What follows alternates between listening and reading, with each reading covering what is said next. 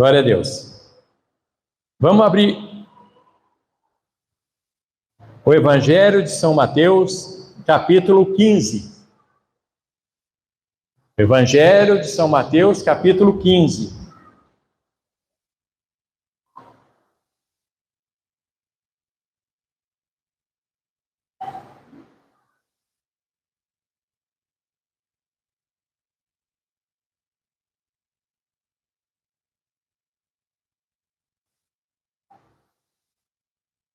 Vamos lá. Amém? Então, alguns fariseus e escribas, vindos de Jerusalém, foram até Jesus e questionaram: por que os teus discípulos transgridem a tradição dos anciões, visto que eles não lavam as mãos antes de comer? Ponderou-lhes Jesus: é porque transgredis vós também o mandamento de Deus por causa da vossa tradição? Pois Deus ordenou: honra teu pai e tua mãe. E ainda, quem amaldiçoar seu pai ou sua mãe será punido com a morte. Contudo, vós direi que se alguém disser a seu pai ou a sua mãe: oferta, ou seja, corbã, é no Senhor, e ajuda que de mim devias receber, esse jamais estará obrigado a honrar seu pai e sua mãe com os seus bens. E assim invalidaste a palavra de Deus, por causa da vossa tradição, hipócritas. Bem profetizou Isaías sobre vós: este povo me honra com os lábios, mas seu coração está longe de mim. Em vão me adoram, pois ensinam doutrinas que não passam de regras criadas por homens. Então, só até aqui. Glória a Deus. Deus seja louvado. Senhor meu Deus e meu Pai, acabamos de ler a Tua palavra, com a ajuda do Teu Santo Espírito, que o Senhor nos abençoe e que o Senhor nos dê tudo o que nós precisamos nesse momento. Perdoa meus pecados, meus erros e me usa como instrumento nesse santo local. Em nome de Jesus, amém. Pode se assentar.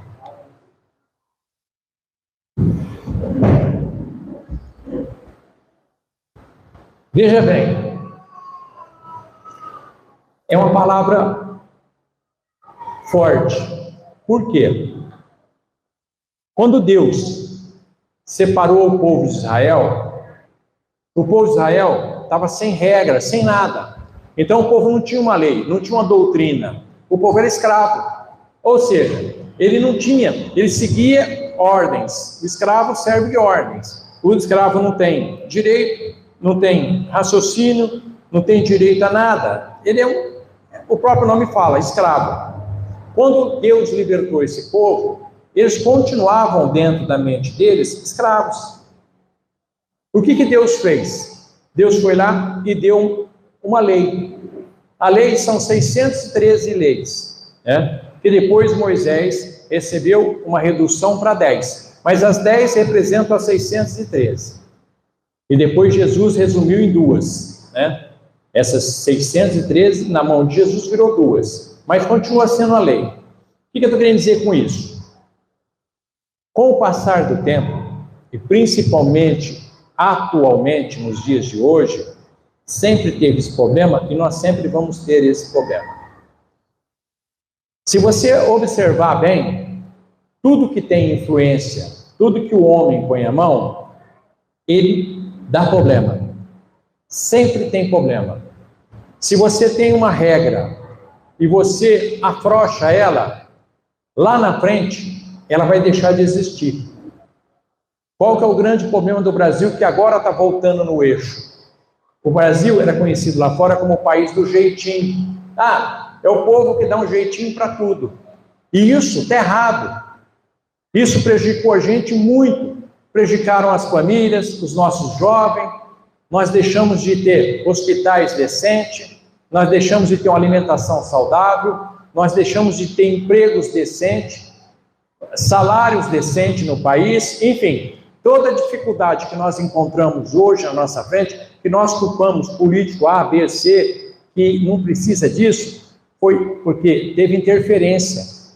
Quando foi criada a verdadeira lei, começou a ter, para proteger uma camada da sociedade, para proteger alguém, então alguém relaxa. Ah, não, para você não pode, mas para você pode. Aquela história da carteirada que a gente conhece, você sabe quem é meu pai, sabe aquelas coisas pobre, medíocre, que ainda existe de uma forma ou de outra. E isso atrapalha a sociedade num contexto geral. E isso, nós não vemos isso. Nós não enxergamos dessa forma. Nós continuamos fazendo como está aqui. Nós continuamos sendo hipócrita. Sabe? A pessoa, ela vai na televisão, ela é contra um monte de coisa, ela critica todo tipo de coisa que ela acha, os direitos disso, daquilo, você não pode ser homofóbico, você não pode ser isso, não pode ser aquilo, mas ao mesmo tempo ela pega o carro dela, vai no supermercado e para numa vaga que é para pessoas com deficiência. Essa mesma pessoa é a pessoa que vai fazer um monte de problema, cria problema, vai lá, critica o vizinho que jogou o lixo no chão, mas ele vai lá e põe o carro na vaga de um deficiente. Isso é hipocrisia. Hipocrisia é complexo. Por que existe isso no nosso? Por quê? A partir do momento que eu tenho uma regra para seguir. Então Deus me deu essa regra, me deu esse livro. Eu não posso sair fora do livro. Eu não posso sair fora dali. Porque se eu sair fora daqui, hoje eu permito que saia alguma coisa fora. Esse alguma coisa vai virar um monstro lá na frente. Por quê? Se a pessoa falou, mas isso aqui deu problema, por que isso aqui não? E aí o mal vai crescendo. É assim que o mal cresce. Ele começa devagar e vai crescendo, até chegar a um ponto que fica insustentável. Quando Deus deu a regra para aqueles homens, lá atrás, no começo, não era do jeito que é hoje. Não era dessa maneira que a gente vê hoje. Até o cristianismo tem muita influência negativa. Principalmente a religião. A religião, então, ela se apodreceu de uma forma tão grande que ela colocou um monte de coisa que não está escrito na palavra de Deus. Que não é ordenança de Deus, mas sim preceitos de homens. E é isso que Deus quer falar hoje com a gente. Para que a gente abra a nossa mente para entender o que é de Deus e o que não é de Deus. O que é o certo, o que é o errado. Porque a gente ouve tanta conversa, tanta coisa. Eu sempre falo uma situação comum no Brasil. Pastor, é isso assim, assado. Eu falo, onde está escrito? Eu não sei, eu aprendi assim. O grande veneno é essa palavra, eu aprendi assim. Quando eu falo assim, mas aonde está escrito esse que eu aprendi assim? Aonde Deus mandou você fazer desta maneira, desta forma? Aonde Deus proíbe isso ou proíbe aquilo? Aonde Ele fala isso, X, Y, Z? Então, existem muitas coisas que as pessoas pegam na palavra de Deus e, segundo o entendimento delas, elas colocam aquilo como uma verdade. E saem criticando, e saem falando. Se você for observar bem, vamos entrar na coisa mais básica que tem na palavra de Deus. Aonde está escrito na palavra de Deus que louvar a Deus é com hino, saltério ou qualquer tipo de música? No Salmo. Por que está escrito no Salmo? Porque é uma orientação.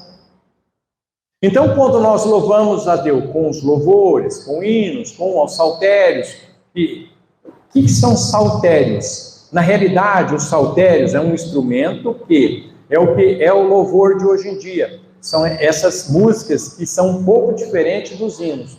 Então, ali fala que isso também é de Deus. Mas tem gente que não entende.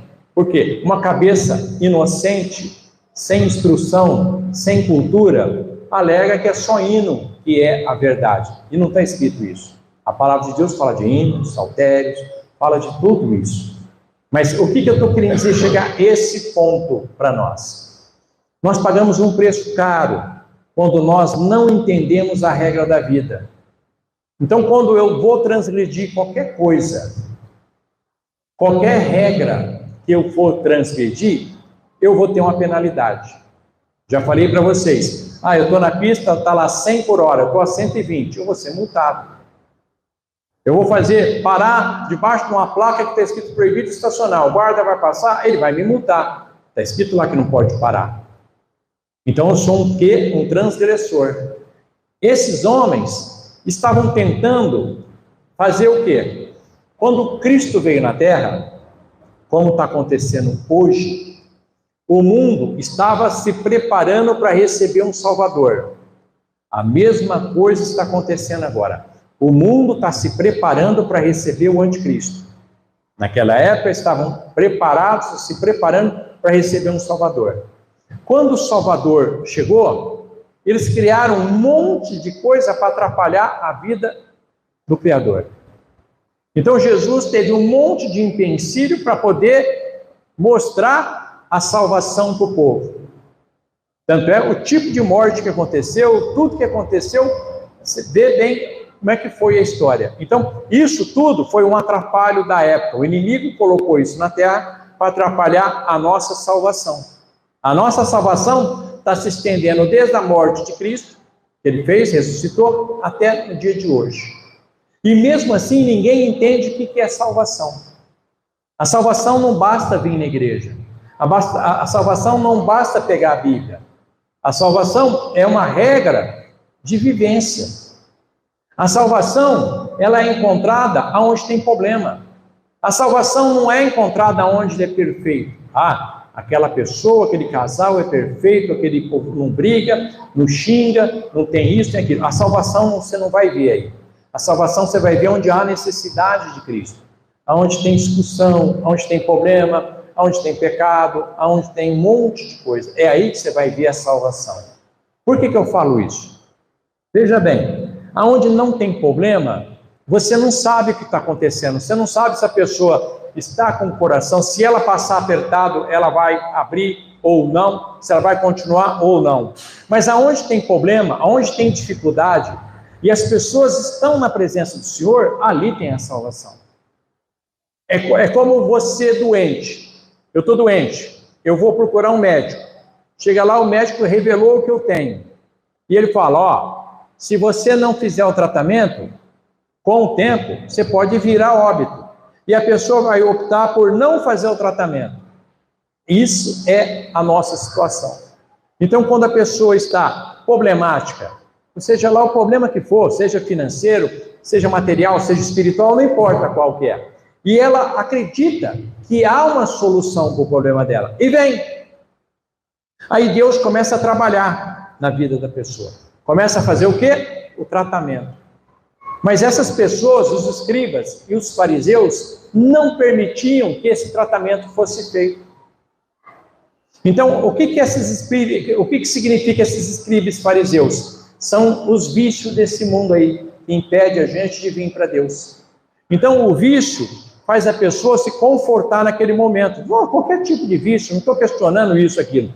Isso faz com que a pessoa se distancie da salvação e começa a valorizar aquilo que não é bom. Então, aquilo que não é bom tem valor. Aquilo que é bom perde o valor. Por quê? Porque Deus requer uma coisa, duas palavras-chave: renúncia e perdão.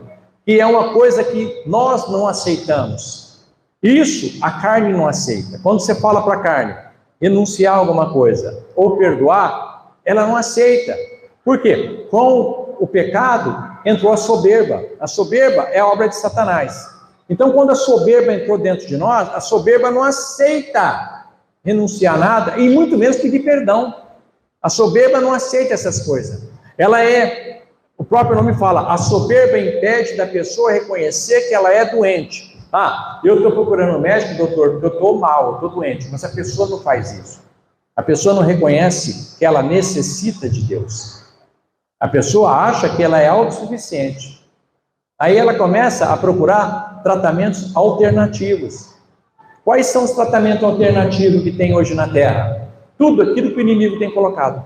Então o inimigo coloca essas coisas que tem por aí, o cara vai lá jogar búzios, cartomante, companhia limitada, todas essas coisas que são paliativas. São coisas que alegram o coração dela, alegram a carne, mas não dá solução para o problema dela, não dá solução para a vida dela, não dá um caminhar para a vida dela. Deus está colocando na terra a solução do problema, mas o mundo não quer Deus. O mundo quer uma solução, mas fora de Deus. Mas como que eu vou ter uma solução fora daquele que criou todas as coisas?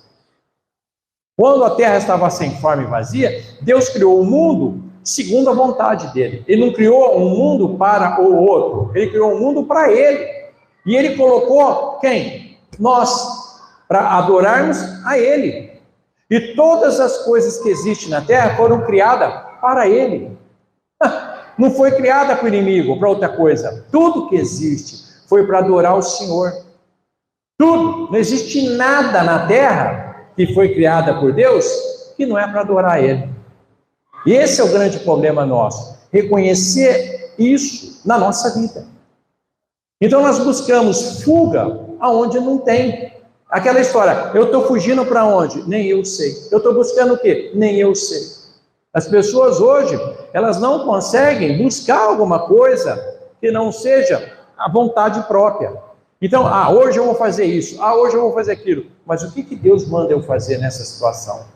Eu estou passando um processo assim, assim, assado. O que a palavra de Deus manda eu fazer? Doutor, eu estou com a dor assim, assim, meu ciático, eu não posso andar mais. O que o senhor me aconselha? Olha, faça assim, toma essa injeção, faz dessa forma, faz repouso, faz esse exercício, faz isso, isso aqui. Pronto, aquilo vai aliviar a tua dor ou até te curar. Assim é a palavra de Deus. O Senhor tem a cura para todas as nossas dificuldades, todos os nossos problemas. Mas nós queremos a cura? Não. Nós não queremos a cura. Nós queremos adiar ou jogar o nosso problema nas costas de alguém. Nós queremos jogar para que o outro resolva a nossa vida. Não a gente. Deus falou assim, você tem o teu problema, você vai resolver o teu problema. A primeira palavra do alfabeto hebraico é Aleph. Aleph significa um.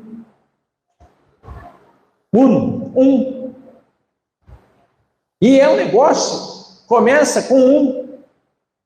E nós entendemos que a nossa vida começa com uma unidade, você. Então, quando você vem na Terra, mesmo que você seja um gêmeos, ou trigêmeos, seja lá o que for, cada um tem uma célula, cada um tem um raciocínio, cada um tem um pensamento. Por que eu estou falando isso? Chegou um momento na Terra que nós vamos precisar muito de Deus. Muito mais que as pessoas imaginam. Mas muito. Desde o princípio, a estrutura está pronta para que o inimigo venha, através do tal do anticristo. Como pessoa, que ele está na Terra desde o princípio. João já falava isso, Paulo já falava isso, o anticristo já existia, e sempre existiu. Agora, um homem revelado está para nascer. Está para nascer não, talvez já tenha nascido, mas está para existir agora no nosso meio. E o que nós vamos precisar? Demais de Deus. Tudo que está sendo colocado para nós são coisas que nós temos que tomar muito cuidado. Muito cuidado. Eu estava vendo uma posição dos cientistas que estão sendo impedidos até de falar. Por quê? Porque tem interesse por trás. Eles alegam o seguinte, que criança até 2 anos é expressamente proibido pegar o celular na mão. Eles sabem o porquê. Criança de 2 a 4 anos, no máximo 1 hora. Criança de 4 a 8 anos, no máximo 2. E de 8 a 12, no máximo 3. Mas eles não podem falar isso. Por que será? Por que os nossos jovens hoje estão dominados? Por que os nossos jovens hoje, eu vi uma reportagem hoje, que eu fiquei pasmo. Fiquei pasmo. Falei para ela, falei, isso não existe, falei, vem aqui ver. O cara criou uma empresa, acho que em São Paulo, Rio, não sei, uma grande capital, uma escola para ensinar as crianças a andar de bicicleta. As crianças estão parecendo um robô. O moleque grande, em cima de uma bicicleta, o rapaz do lado segurando ele com a boca aberta, igual um robô, parecia um boneco. O que está acontecendo com os nossos jovens? Quando a gente era pequeno, pegava uma bicicleta sem saber andar. Eu peguei uma bicicleta uma vez do meu vizinho. Você sabe andar, Aniele? Lógico que eu sei. Montei, pá! Eu caí umas 30 vezes, até pegar o plume e sair andando. Ralei pescoço, membros, tudo que existia. Tudo que estava em mim, eu ralei. Mas fui ali. Hoje não. Hoje as pessoas estão precisando de auxílio para tudo. As pessoas não têm opinião própria. As pessoas estão com dificuldade para serem elas. As pessoas não têm opinião. As pessoas não têm nada. Você pega um jovem hoje, 15, 16 anos, o que você quer ser? Poucos são aqueles que falam. Poucos, a maioria não sabe, não tem noção. Por quê? Porque hoje nós fomos todos doutrinados pelo inimigo.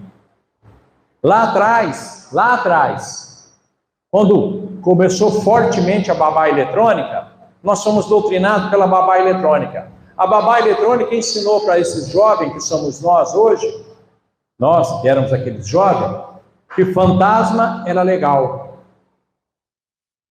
Eu aprendi isso, fantasminha é legal. Fantasma é legal. Porque as bruxas eram bonitas, mexiam o narizinho e eram bacaninha. Que bruxa era bacana.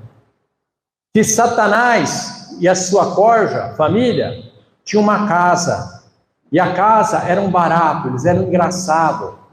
E isso foi doutrinando a nossa mente.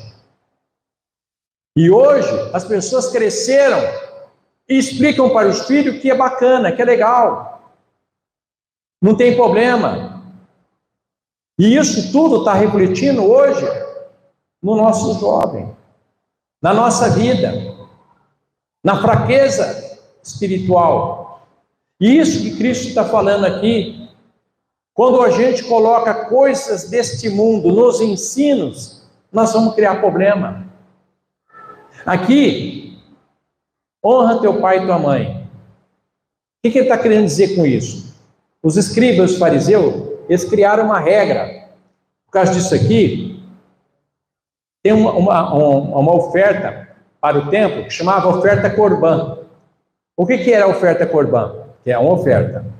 Eles iam lá e quando as pessoas, ou, por exemplo, os pais ficavam com mais idade, os filhos tinham que cuidar. Era a regra do judeu. Eles tinham que cuidar, ajudar. Se tivesse mais de uma casa, dar uma casa para o pai e a mãe, tudo isso. Aí, quando a pessoa dava uma oferta corbã para o templo, uma oferta, imagina a oferta como é que devia ser, gorda. Daí veio a indulgência, né, que Martim Lutero lutou tanto contra. Vem vindo aí dessa época. Dava esse valor, ele ficava desobrigado. Vocês vão ler depois, desobrigado de atender o pai e a mãe. Mas aonde está escrito isso? Lugar nenhum. Isso foi criação dos homens, dos anciões. Então tem um monte de coisa que é regra hoje em dia, em muitos ministérios, que não está escrito dessa forma. Não foi colocado para fazer isso. Tem algumas coisas aí que a própria palavra já condena. Olha, existe essa situação, mas logo em seguida falar, mas nós, a Igreja de Cristo, não temos esse costume. Mas tem uns lugares aí que se não tiver aquilo, nem entra no ministério. Mas a palavra fala que nós, a Igreja de Cristo, não tem esse costume. Mas os homens colocaram aquela regra e ela existe como um cabresto. Então você vira escravo. E Deus não quer ninguém escravo. Deus libertou cada um de nós para que a gente viva a vida com abundância nele, não em nós, não da nossa maneira. Porque se a gente for viver da nossa maneira, certamente nós vamos bater cabeça, certamente nós vamos errar, certamente nós vamos ter problema grave ali na frente. Se você observar bem, o rapaz está estudando, aí ele vai para um cursinho e vai prestar o vestibular. Como que ele entra na faculdade? É de qualquer jeito? Não, ele passa por uma prova. Ali ele vai testar os conhecimentos adquiridos da maneira correta. Não é de qualquer maneira. Ah, eu não estou nem aí no estudo, eu vou lá fazer e vou entrar. Você não vai entrar. Não é assim que funciona. As pessoas confundem as coisas de uma forma. Nós estamos na Terra para aprender que nós temos que fazer a nossa parte. Deus já fez a parte dele. Deus criou o mundo, tudo que há nele. Criou o alimento. Deus te dá emprego. Deus te dá emprego, te dá empresa. Deus te dá dinheiro. O dinheiro é de Deus. O kefir, que é a palavra mais sagrada, o povo mais rico do planeta, o kefir. Deus te dá o kefir. E é engraçado essa parte, né? Está lá em Malaquias, que ele fala, em Malaquias, ele fala bem claro para nós, sobre o dízimo e oferta. Ele te dá e fala assim para você: fica com a maior parte, meu filho. Eu só quero um pedaço meu para mim continuar mantendo o meu povo, para mim continuar fazendo o que eu tenho que fazer. E nós entendemos isso? Não. Primeira coisa que nós falamos é: o Senhor não precisa de dinheiro. Deus não precisa de dinheiro. Uai, se Deus não precisa de dinheiro, você também não precisa, porque o dinheiro é dele. Ele que fez o dinheiro, ele que criou o kefir, ele que criou o emprego, ele que criou o trabalho, ele que criou as empresas, ele que deu inteligência para o homem montar uma empresa, ele que deu inteligência e sabedoria para o homem fazer o sistema que existe hoje. Mas nós não. Nós aprendemos com coisas dos homens que Deus não precisa de dinheiro. Aí, lá na palavra diz assim, a única parte que ele chama o povo de ladrão, está escrito na Malaquias 3,10, em que lhe roubas o homem? De 8 ao 10, nos dízimos e nas ofertas alçadas. Aí também é a única parte da Bíblia inteira que ele fala isso. Trazei todos os dízimos e oferta na casa do tesouro, para que haja, trazer na casa do tesouro, não é para fazer o que você quer, o dinheiro não é teu. Trazer na casa do tesouro, que é a minha casa, para que haja mantimento, e eu vou saber a direção. Aí ele dá uma vírgula, olha que maravilha que ele fala para a gente. E fazei prova de mim.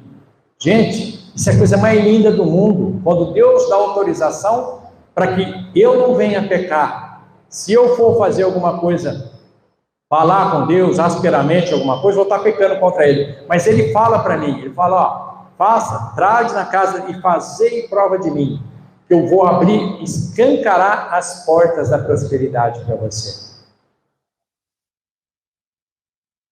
Essa é a verdade. Aí vem o homem. Aí vem uns malucos aí, por causa de alguns movimentos religiosos que existem, que bate firme na prosperidade, e às vezes a pessoa é contra. Ah, mas o dízimo acabou no Novo Testamento, o dízimo foi na lei. Quando alguém fala isso para mim, depende, a pessoa nem conversa. Fala, não, você está certo, eu saio de lá e vou embora. Porque o dízimo, o primeiro homem a dizimar foi Abraão. 450 anos depois que ele dizimou, que apareceu a lei. Aí vem um baguá qualquer e fala que o dízimo era na lei. Você fala, lê a Bíblia, filho. Começa a ler ali Gênesis 12 em diante, você vai entender o que aconteceu ali, quando ele entregou para Melquisedeque. A lei veio 400 anos depois, cara, você não sabe nem o que está falando. Ah, mas Jesus cancelou. Lê Mateus 23, 23, viu que Jesus fala sobre o dízimo. Fazei isso também, ele manda fazer isso. Ou seja, não cancelou nada. Então, eu estou dando um exemplo financeiro, que o brasileiro é fissurado no tal do dinheiro. Por tudo que acontece no país, por tudo que acontece, que é exposto para nós, tudo que é colocado para nós. Então, existem outras coisas também. Existem muitas coisas que nós cometemos vários delitos na palavra de Deus. A palavra de Deus quer que tudo vá bem na tua família, no teu lar, na tua condição de vida. Deus não quer que você seja escravo de ninguém. Deus quer te dar sabedoria e entendimento para você ter um padrão de vida legal. Não estou falando de riqueza, milhões, fortuna, nada disso. Eu estou querendo dizer para você o seguinte: Deus, quando você nasceu, Ele preparou um recurso para você. Ele falou, eu vou colocar esse recurso na mão desse fulano. Não importa se é muito, se é pouco, se é menos, aos teus olhos às vezes é pouco, às vezes o olho de alguém acha que tem que ser muito, todo mundo tem que ser milionário, não é assim que funciona. Deus colocou um recurso na tua mão. Como é que eu vou enxergar alguma coisa que Deus colocou na minha mão? Como é que eu enxergo que aquilo é bom para mim? Primeira coisa, gratidão, agradecimento. Olhar para aquilo que eu tenho como algo fantástico, maravilhoso, como uma bênção de Deus. Não adianta eu olhar para tudo que eu tenho como uma maldição. Aí eu estou amaldiçoando o Senhor, porque tudo que chega na minha mão é Deus que colocou na minha mão. O meu carro é Deus que me deu. Onde eu moro é Deus que me deu. A roupa que eu visto é porque Deus proporcionou isso para mim. Tudo que acontece é Deus que proporcionou. Agora o bicho pega. A esposa que Deus te deu, foi Deus que deu. O marido que Deus te deu, foi Deus que deu. Mesmo que ele seja diferente, aquela coisa, para engolir tem que dar 3, mas tem que descer, ué. É esse, só tinha esse, só que estava na reta. Como diz o caipira, se não soube pedir, abraça essa bronca e vai embora. Vai fazer o quê? Até o fim, até morrer. Morrer você fica livre. Você foi. Enquanto estiver vivo, segue aí. Não é isso que você pediu? Tá aí. Agora não adianta reclamar. Olha, e fala minha jojobinha, meu coraçãozinho, meu tique-tique-tique, aquela coisa, porque vai fazer o quê? Mesmo que o coração, às vezes, tá naquela, louco, para pegar um porrete, tudo, mas não pode, não é por aí, não pode resolver no porrete, tem que resolver na flor. A hora que você pensa em pegar um porrete, sai fora, vai lá, compra uma rosa, chega com a rosa, fala assim, aqui, meu amorzinho. Lógico, por dentro você está assim, até doendo, triste, aquela coisa. Mas é assim que funciona. É assim que nós vamos ser curados. É assim que nós somos sarados. Você imagina Deus, a gente vai e pisa na bola. Faz uma coisa errada, não importa o quê. E Deus olha para a gente e fala, vem aqui, lógico que tudo tem preço. Tudo que a gente faz de errado tem preço, mas vou te ajudar, vou te abençoar, vou colocar você no trilho, no caminho.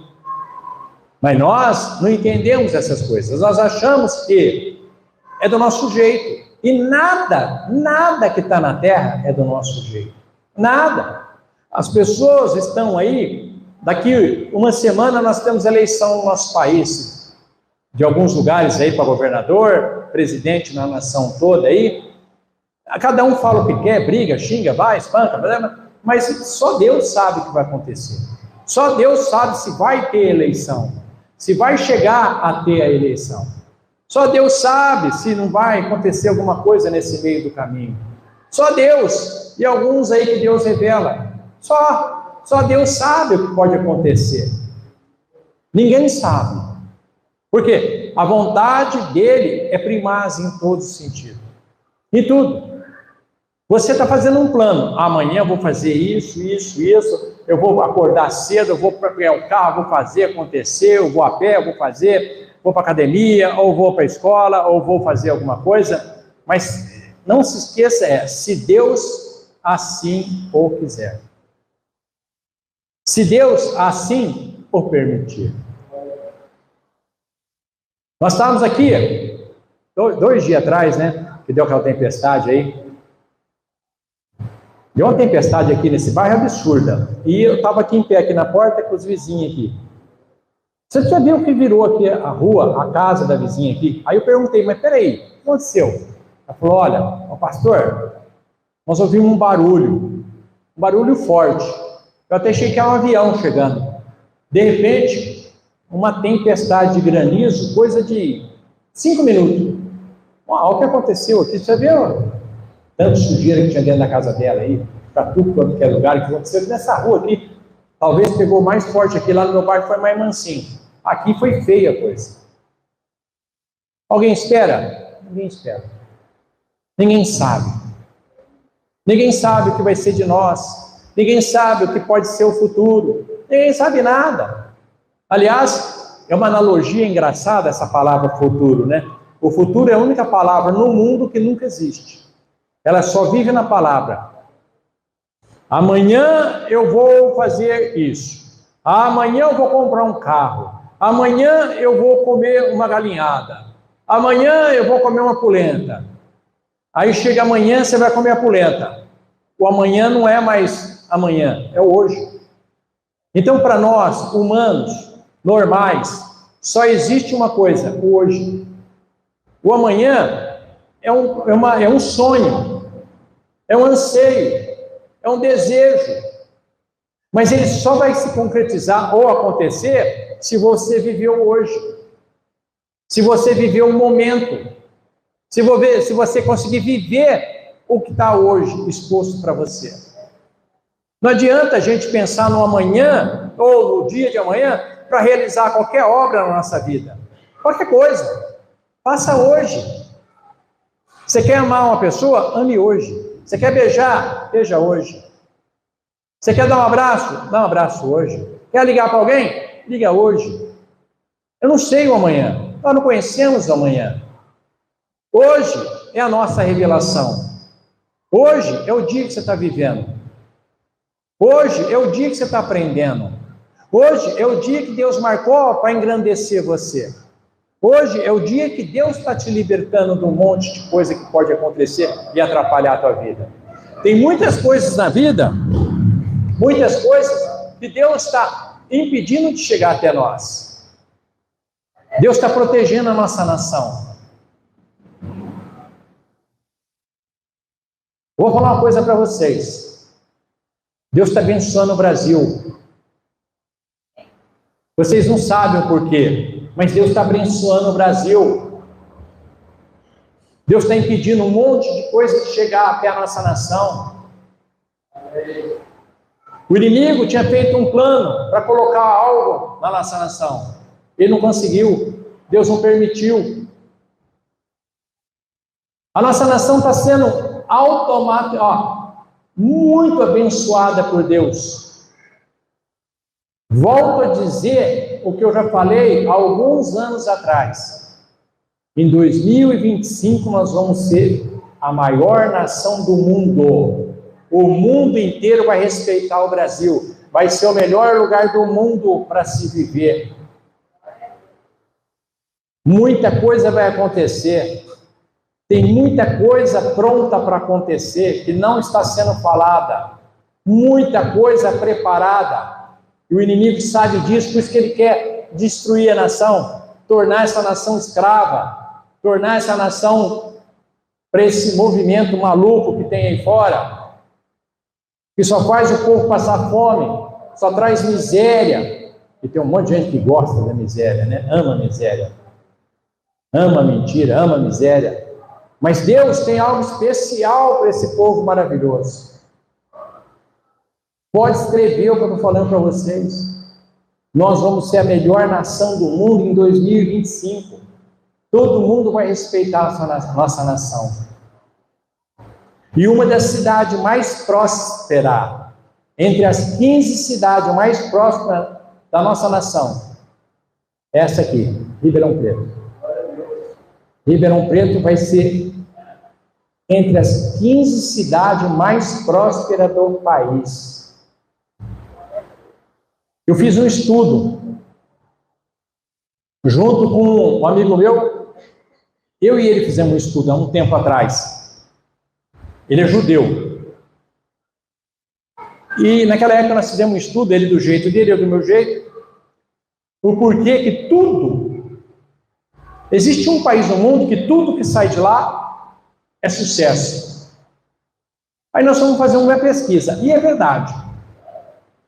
Tudo que sai da Inglaterra é sucesso. Era o dinheiro mais forte do mundo, a libra esterlina. Todos os conjuntos de música eram sucesso no mundo inteiro, lenda, tudo. Todas as coisas dele sempre foram de vitória e de sucesso. Mas espera aí, e o nosso Brasil? Aí eu fui fazer um estudo do nosso Brasil. Aí comecei a ver algumas coisas interessantes. Daqui de Ribeirão Preto, que é a cidade que deu mais fruto nesse país, saíram ministros, presidentes da República, saíram esportistas famosos de todas as áreas, artistas famosos, escritores famosos, tudo daqui. Eu falei, mas peraí, tem um mistério aqui. Aí eu fui me aprofundar sobre o mistério aqui. Aí nós encontramos o mistério que tem aqui. Aí nós fomos ver de cara a cara o debate, o embate que existia aqui em Ribeirão Preto. Porque de repente parou de ser. Era capital do café, capital do não sei do quê, capital da cultura, enfim, teve um monte de título. Aí o último título é Califórnia Brasileira, e é só você ver o que acontece em algumas partes aqui dessa cidade, não é como mentir, um cara que foi na Califórnia sabe, é só olhar e falar, aqui é a Califórnia Brasileira. E o último que estava impedindo, estava segurando de deslanchar, caiu por terra. Foi feita uma reunião entre o povo de Deus contra o mal que estava ali. E o mal foi extinto. Caiu por terra. Ele não tem mais força em Ribeirão Preto. Por isso eu falo para você, a tua vida é uma bênção aqui. A tua vida vai ser uma bênção aqui. A tua existência vai ser marcada nessa terra. Porque Deus não trouxe, não chamou ou não colocou as pessoas aqui à toa. Deus não faz nada à toa. Não vai nessa ilusão que Deus chamou alguém para ficar sentado. Deus me chamou, batizei, estou salvo, tranquilo, vou ficar sentado. Deus não chamou ninguém para isso. Deus chamou para você para trabalhar. Por quê? É assim que Ele vai te abençoar. No capítulo 1 de Josué, ele diz assim para Josué: Josué, esforça-te e tenha bom ânimo. Eu sou contigo. Não aparta esse livro da lei da tua boca, porque tudo que fizeres prosperará. Veja bem, aonde nós estamos? Nós estamos na mesma situação que Josué. Aqui é a nossa terra prometida. Nós temos que lutar pela nossa terra prometida. Nós não podemos recuar. Nós não podemos ter medo. Eu vou testemunho de um rapaz que achei interessante. Ele morava num bairro e ele entrou na faculdade. Naquela época não é igual hoje. Ele não tinha carro. Ele tinha que andar 4 quarteirões para pegar o ônibus. Tinha um ônibus que levava para a faculdade. Era uma cidade pequena, não muito grande. A prefeitura dava o ônibus, ele só que tinha que ir lá na avenida para pegar o ônibus para ir para a faculdade. E nesse caminho, mudou-se uma família que tinha um au-au meio violento. E a primeira vez que ele viu, o cachorro viu ele, e ele viu o cachorro olhou e não reconheceu ele. Falei, ele não é amigo meu. E ele olhou para o cachorro, também não reconheceu o cachorro. Ou seja, teve inimizade. O cachorro partiu para cima dele, latindo, batendo os dentes, aquela coisa de louco. Ele, perna para quem tem. Deu a volta lá por cima, andou mais de 8 quarteirão para chegar num lugar que era só 3 quarteirões. Todo dia que ele chegava na esquina e via o cachorro, ele ia lá para trás e foi. Um belo dia, ele no culto, que era crente, e Deus tomou uma pessoa, alguém que estava pregando, e falou: ó, Deus não se agrada de medrosos. E tem alguém aqui medroso. Você está com medo do cachorro? Ó a revelação. Você está achando que aquele cachorro é mais forte que você? Eu estou na tua vida. Não tenha medo dele. Não tenha. Vai, que eu sou contigo. E ele foi. Isso era um final de semana. Dormiu. Foi trabalhar. Aí chegou a noite, que era a hora que ele tinha que pegar o ônibus e ir para a faculdade. Aquela tremedeira, suando frio. E agora? Se eu dou a volta, eu não estou acreditando em Deus. Se eu for para cima, esse cachorro pode me bater o dente. Aí Deus deu uma luz para ele. Ele virou, olhou a vassoura da mamãe. Deus falou assim: não é para matar o bicho, mas só para mostrar quem manda. Moisés não tinha um cajado? Pega esse cajado aí. Aí ele lembrou de Moisés, pegou o cajado, a vassoura, tirou a vassoura a parte de baixo, pegou só o cabo e foi. Quando ele virou a esquina, o cachorro olhou, lá vem meu freguês. O cachorro já deu aquele sorriso maroto, mostrou os dentes, banou o rabo, encolheu o corpo, preparou para o ataque e partiu para cima. Naquele momento, uma voz falou para ele: parte para cima igual ele. O que ele fez? Arrepiou o cabelo, deu aquela arrepiada, fez uma de forte, pegou o porrete, saiu gritando, porque o cachorro veio latindo, e ele saiu gritando, com um porrete na mão para cima do cachorro.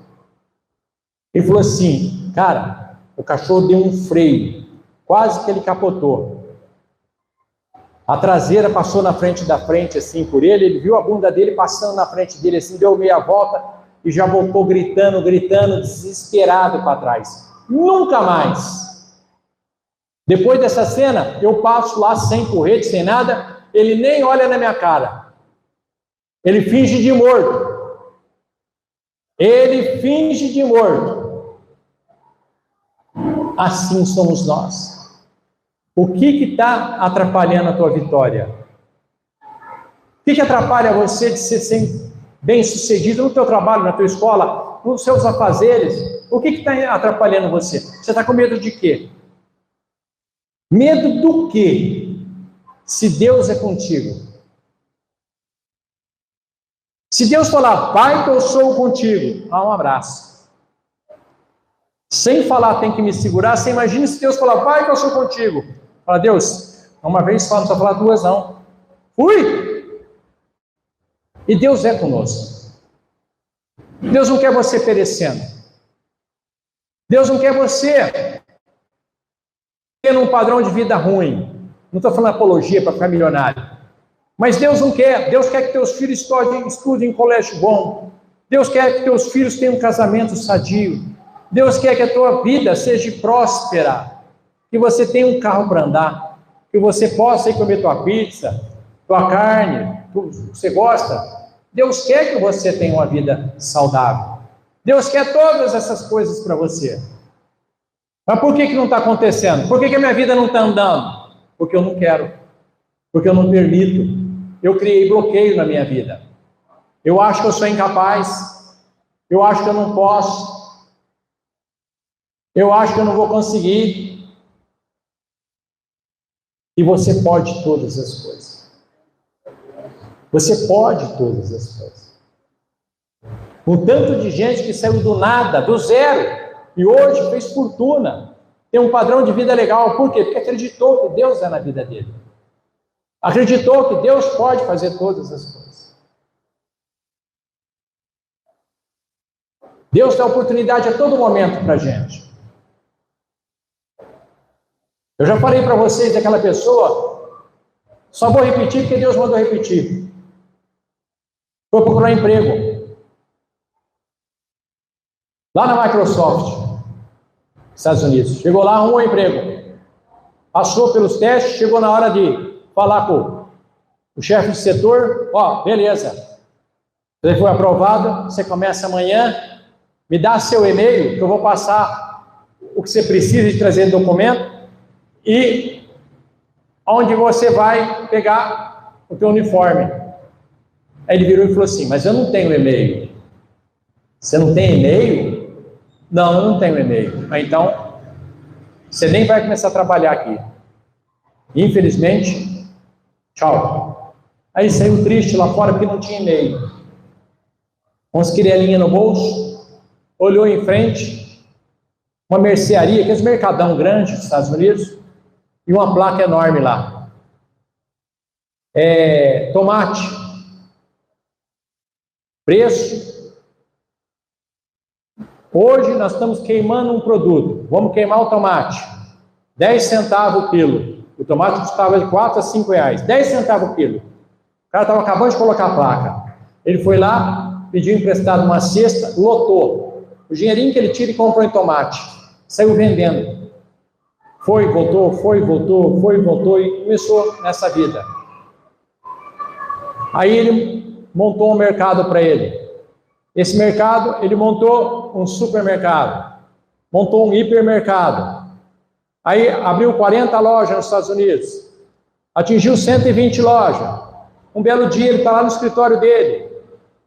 O cara que fazia transporte machucou. E ele precisava, não podia deixar na mão. Colocou um anúncio, veio um rapaz. Ó, o senhor quer entrevistar ele? Quero. O cara sentou na frente dele. Ó, o senhor foi aprovado, tal, piriri, falou, piriri, tal.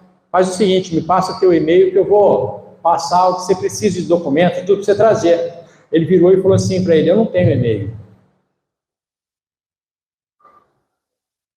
Ele começou a rir sem parar. O rapaz não entendeu nada. Pô, mas por que o senhor está rindo? Eu falei que eu não tenho e-mail. Ele falou, então, isso aí eu ouvi há 30 anos atrás. Foi por 20 anos atrás. Por eu não ter e-mail, eu tenho tudo isso aqui. Se eu tivesse e-mail, até hoje eu era funcionário. Então, às vezes, aquilo que você acha que é ruim, é a tua salvação. É o que vai mudar a tua vida. Às vezes você está preso numa coisa, a tua mente está igual aquele cavalo tapado. E tem um monte de coisa acontecendo na tua volta e você não vê. Pô, peraí. Deixa eu mudar minha vida. Deixa eu acreditar que Deus é comigo. Deixa eu acreditar nessas coisas. Deixa eu fazer a coisa acontecer. Nós temos que acreditar que nós somos capazes. Nós somos filhos e filhas de Deus. Toda vez que você faz uma empreitada na vida, qualquer coisa, Deus é contigo. Deus não desampara você. Deus não quer que você caia nessas tradições dos homens. Ah, não vai dar certo. Ah, eu vou montar uma empresa. Você montou uma empresa? Lógico que não vai dar certo. Você é um incapaz. Você não tem capacidade. Tem sim. Você tem mais capacidade do que você pensa. Você tem aquilo que a pessoa não tem. Deus no coração. Nós só precisamos de Deus. Nós não precisamos de mais nada. E é coragem de ir para cima. Coragem. Eu entrei numa empresa com 186 vendedores. 3 meses depois, eu era empossado como gerente comercial. O povo queria me matar. O povo queria me matar. Fizeram reunião para fazer armadilha para mim. Como é que esse cara consegue isso? Filho, eu não colei para nada. Adversidade para mim não existe. Dificuldade, quanto mais melhor. Ah, o capeta falou que vai te pegar. Ó, que novidade. Desde quando eu nasci está tentando me matar, ué. Desde quando eu nasci está tentando me pegar. Ah, porque fulano falou que é isso, aquilo.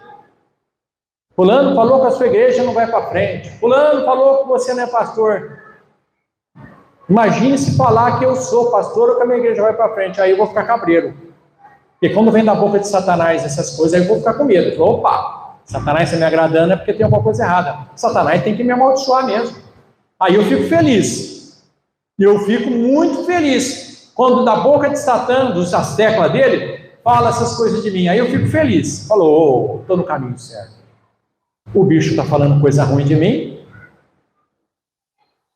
É só você ver quem está falando aonde está e quem está trabalhando aonde está. É só você olhar. Você vê quem é de Satã e quem é de Deus. Um está trabalhando, fazendo a obra. O outro servindo a Satanás. Tadinho. Tem que orar, né? Muito. Para tentar ver se ainda dá a salvação. Quem sabe consegue, né? Então nós temos aqui uma coisa que Deus está falando aqui grandiosamente. Sabe por que veio essa palavra hoje? Foi o seguinte: o inimigo, essa semana, vai tentar jogar na tua mente preceitos de homens. Cuidado! Preceitos de homens, fantasiado como palavra de Deus. Muito atento, porque o inimigo é muito violento, ele é muito astuto. Eles vão tentar te tirar do caminho com mensagens. Ah, mas está escrito aqui, ó. Satanás falou para Jesus: dará ordem aos teus anjos a teu respeito. Está escrito. No Salmo está escrito isso. Atira daqui a ti abaixo, porque está escrito na tua palavra, não está escrito? Dará ordem a teus anjos a teu respeito. Realmente está escrito. Então o inimigo é astuto. Ele vai usar uma palavra que está no texto, fora do contexto, para virar um pretexto para te derrubar. Então fique atento. Essa palavra veio para te orientar. Tem que ver o que está escrito aqui, no contexto, né? Não é só uma frase, não. E tem uma frase aqui, uma vez o cara ficou assustado comigo. Tem uma frase que fala assim, Deuteronômio: eu sou um Deus que mato. Aí o cara falou, mas Deus é assassino? Se ele for ver só aquele pedaço, o entendimento é esse. Eu sou um Deus que mata. Mas ele está falando outra coisa. Ele não está falando aqui. Se você for ler o contexto, aí você vai entender o que ele está falando. Mas muitas pessoas não entendem. Pega a primeira parte e vai jogando. Então fique atento. Muito atento. Porque o Senhor está te avisando para você não cair na armadilha. Ele quer te derrubar. Por quê? Toda vez que a gente vai receber uma bênção grande, o inimigo chega com o prato na frente para tentar te derrubar. E às vezes a gente come. Aí a gente volta lá para o fim da fila. Então fique atento. Amém? Glória a Deus. Deus seja louvado. Senhor, meu Deus e meu Pai, nós estamos encerrando nosso santo culto com a ajuda do Teu Espírito. Nos leva em paz, em segurança, fazendo de nós instrumento na terra dos viventes. Essa semana é repleta de vitória. Nos livra de todo mal dessa vida, de tudo aquilo que não provém do Senhor. Mas faça um renovo espiritual e material no nome santo e sagrado de Jesus Cristo. Que a graça e a paz do nosso Deus e do nosso Senhor Jesus Cristo esteja perpetuamente em nosso meio. Nós falamos? Glória a Deus!